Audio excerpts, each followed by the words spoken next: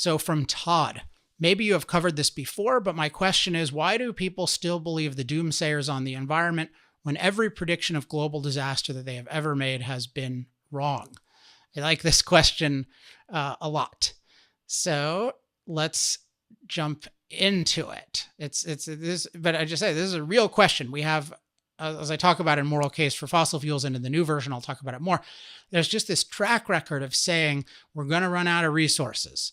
The world is going to end. We got to radically reduce fossil fuel use. That doesn't happen. We're going to run out of fossil fuels. The world is going to end. We got to radically reduce fossil fuel use. We're going to starve. We're going to pollute so much that the world is going to be unbreathable. We're going to cause catastrophic global cooling. And then, of course, catastrophic global warming. And sometimes people think, oh, there's been vindication, but there hasn't been catastrophic global warming. And if you look at the predictions that were publicized 30 years ago, they're on the order of, it's going to be 5 degrees warmer by now. And hundreds of millions will have died by now. So they've just been, to say it's an exaggeration doesn't capture. It's just been totally wrong. It's been the opposite of right in terms of more people have been living, including, as I've documented a bunch of times, there are fewer climate-related deaths than ever. So Todd's question is a really good one. Why do people still believe the doomsayers? And my answer is that it comes down to 2 things. One is method, and the other is framework. And under framework, I include assumptions and values, which I'll get into in a minute. But we're going to talk about, at the first level I want to talk about is the level of method, because I think this is a level that's more apparent, and it can then help us understand how framework operates. So the method is asking, what are their minds doing incorrectly? Like, what are the minds of and let's call them the designated environmental experts. So the people like Paul Ehrlich, John Holdren, Bill McKibben, the Public Relations Department of the United Nations, these people who've made these catastrophist predictions and been totally wrong, and they're still designated as, these are the environmental experts. When there's anything involving our environment, these are the people to listen to. They'll tell us what's going to happen and what to do about it, usually how to avoid it. And the common thread, I think, if you look at the method throughout the history, and again, chapter 1 of the Moral Case for Fossil Fuels covers this pretty well. The 2 things that they're doing all the time is they're dramatically overestimating the negative impacts of, say, fossil fuel use, and then they're dramatically underestimating the benefits. So they're dramatically overestimating the negative impacts, and I think of those as the side effects of fossil fuel use, and then they're dramatically underestimating the benefits. So with the negatives, you can think of something like pollution even, where in the 70s you had pollution that we'd consider pretty significant, but life overall was still getting way better.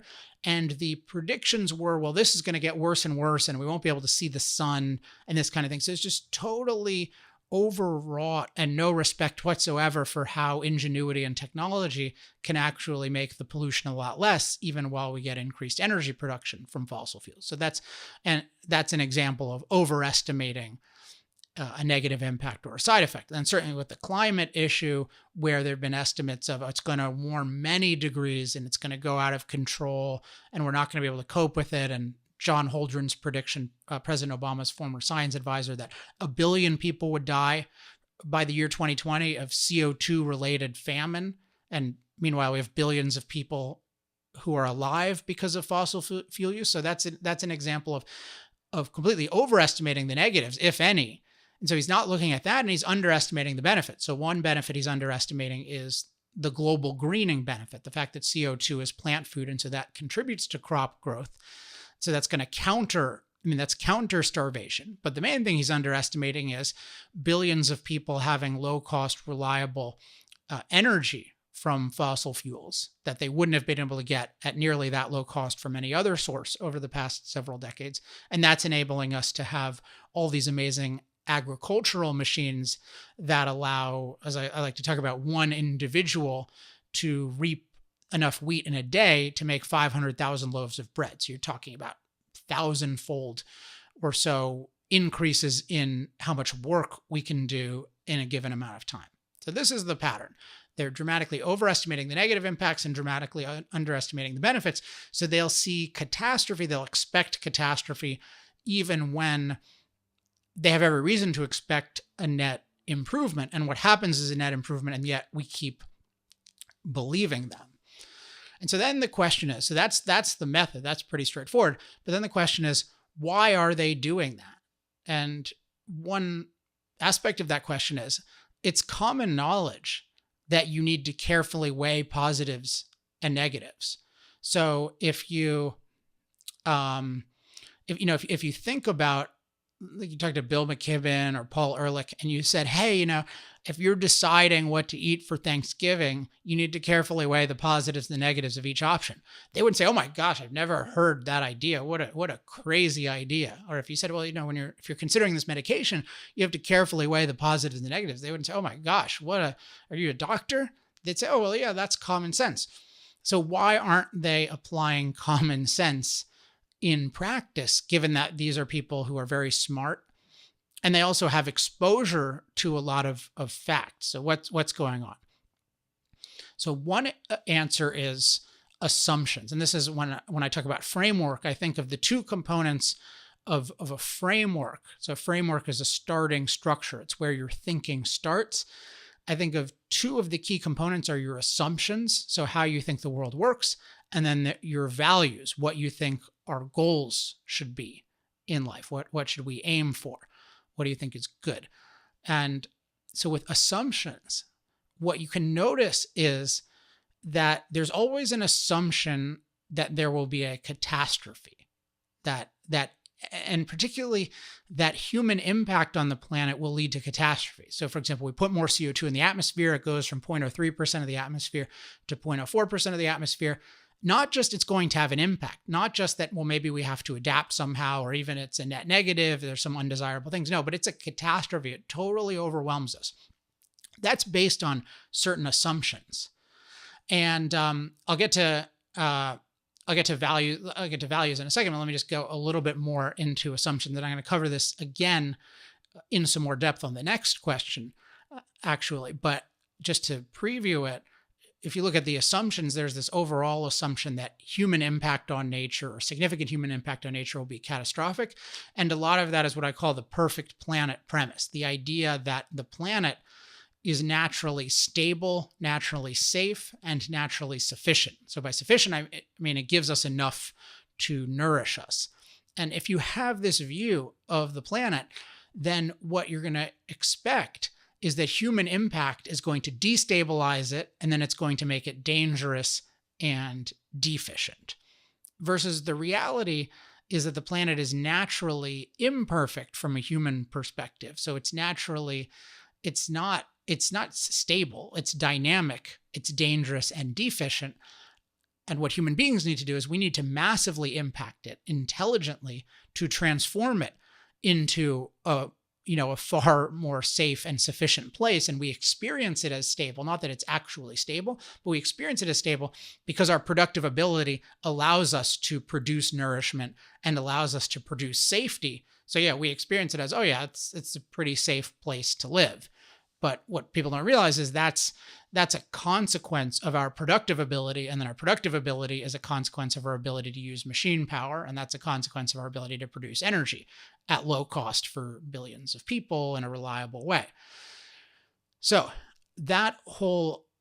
this assumption that significant impact is going to lead to catastrophe, and the whole perfect planet premise behind it. And you can also think of it as it includes the view that human beings are parasite polluters. So all we do is we basically steal from nature, and then we muck it up, we make it dirty, versus no, we're producers. We create new value. We take things that aren't valuable and then we rearrange them to make them valuable. So we do that and we improve. We take things that are dangerous and dirty and we make them safe and clean. Now, of course, we can make things worse, but our general nature is as producer improvers. And then the other point of framework, so it's that one point is if you have this view that human impact is invariably self-destructive, then you're going to expect catastrophe.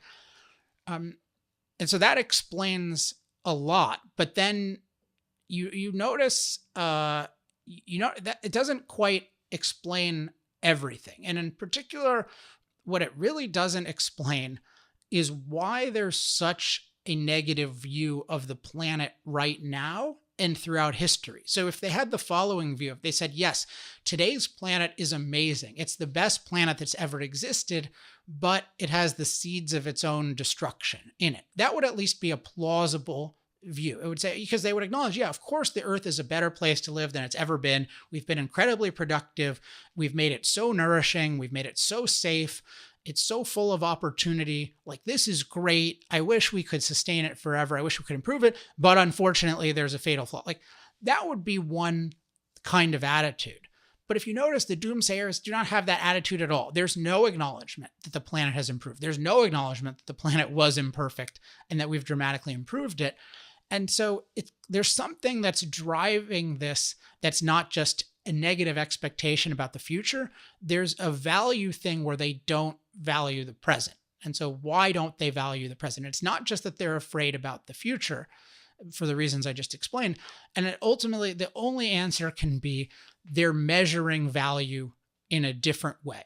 The example I like to give as an analogy, it's even closer than an analogy, is animal testing. When people look at animal testing and they say, this is horrible, like I'm against animal testing, it's a fact that animal testing has led to dramatic advances in medicine. Now, you could say, well, maybe in the future it won't be necessary. You can say sometimes maybe it wasn't necessary. But look, human beings have used animal testing as part of many, many breakthroughs. And yet people say animal testing is bad. Why do they say it's bad?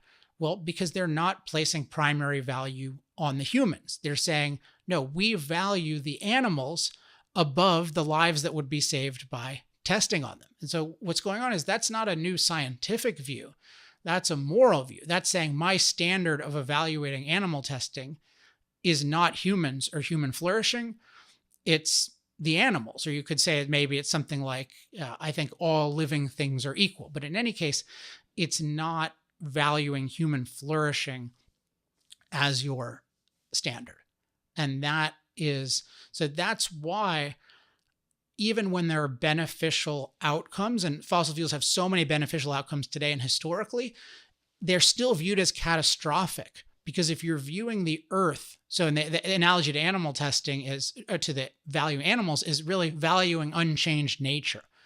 So if you're saying, well, unchanged nature is the standard, yeah, then what human beings have done is already a catastrophe because we've changed nature a lot. But from a human flourishing perspective, it's the opposite of a catastrophe. It's great because we've changed nature to be a much better place for human beings to live.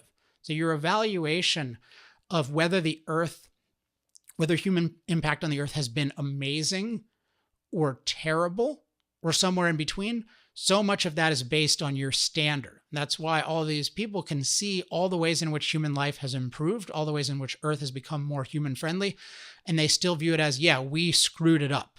But we didn't screw it up for humans. So we had to screw it up by this standard of unchanged nature, which basically just means everything but humans is what matters. Power Hour. Life, liberty, and the pursuit of energy. Power Hour. The antidote to shallow thinking about energy issues.